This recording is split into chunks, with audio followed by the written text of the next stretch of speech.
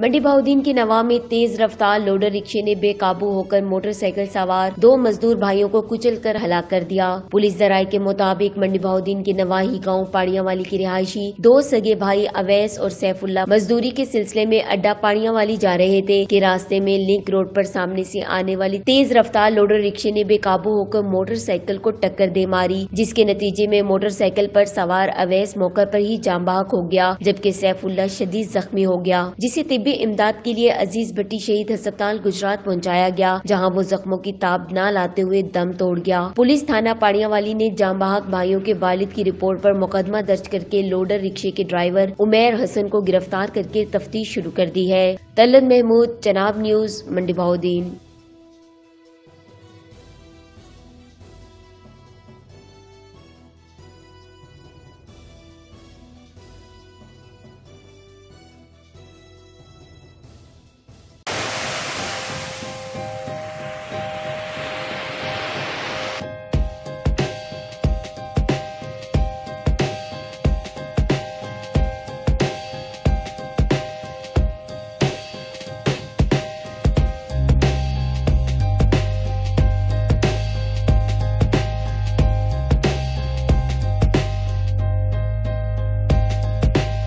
हर खबर पर पहली नजर सिर्फ चनाब न्यूज पर।